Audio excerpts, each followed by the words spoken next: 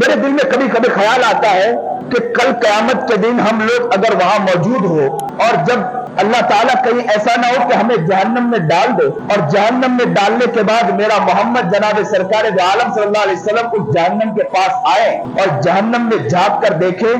اور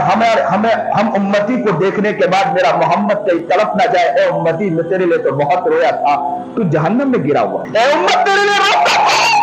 میرے سجدے کا حال ایسا تھا کہ عائشہ طرف جایا کرتی تھی کہ ایسا نہ ہو کہ محمد دنیا سے چل بسا ہو، لیکن میں تڑپتا تھا امتی امتی کر کے چلا گیا، لیکن اے امت تو آج جہنم میں گرا ہوا۔ کیا کہ نامدار جناب سرکار دو عالم صلی اللہ علیہ وسلم کو جواب دے پائیں گے؟ بازار میں نکلنے کے بعد ہماری آنکھ کس طرح استعمال ہوتی ہے، ماں بیٹوں کو، کسی کی ماں بیٹی کو ہم نہیں چھوڑتے، کیا ہماری ماں بیٹی کو کوئی چھوڑے گا؟ غیبت ہماری زندگی میں، چغلی ہماری زندگی میں، حسد ہماری زندگی میں، بغض ہماری زندگی میں، عناد ہماری زندگی میں، ریاکاری ہماری زندگی میں، بڑے بول ہماری زندگی میں، عزت کی کسی کے دھجیاں اڑانا ہماری زندگی میں،